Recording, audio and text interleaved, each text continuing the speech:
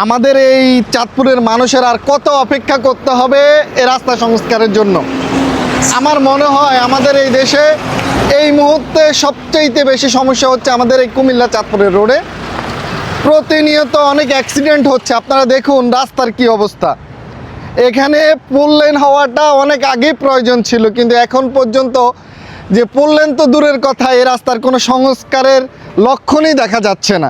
প্রতিনিয়ত এখানে অ্যাক্সিডেন্ট হচ্ছে, অনেকের আত্মীয় স্বজন প্রিয়জন অনেকের হারিয়ে অনেকে প্রায় নিঃস্ব। একটা ফ্যামিলির যদি উপার্জনময় ব্যক্তি হারিয়ে যায় তখন এই ফ্যামিলিটার কি অবস্থা হয় আপনারা বুঝতে পারেন। আমাদের এই চাঁদপুর জেলার মধ্যে অনেক গুরুত্বপূর্ণ মানুষ আছেন, কিন্তু এই মানুষগুলো থাকা সত্ত্বেও কেউ উদ্যোগ নিচ্ছে না। বাংলাদেশের আমরা বিভিন্ন জেলায় দেখি একজনের কারণে এক একটা জেলার উন্নয়ন হয়ে যায়। আপনারা রাস্তার অবস্থাটা দেখুন, অনেক অসুস্থ মানুষ যখন অ্যাম্বুলেন্সে নিয়ে যায় তখন সুস্থ মানুষও অসুস্থ হয়ে যায়, আর যে অসুস্থ মানুষ তার কি অবস্থা হতে পারে।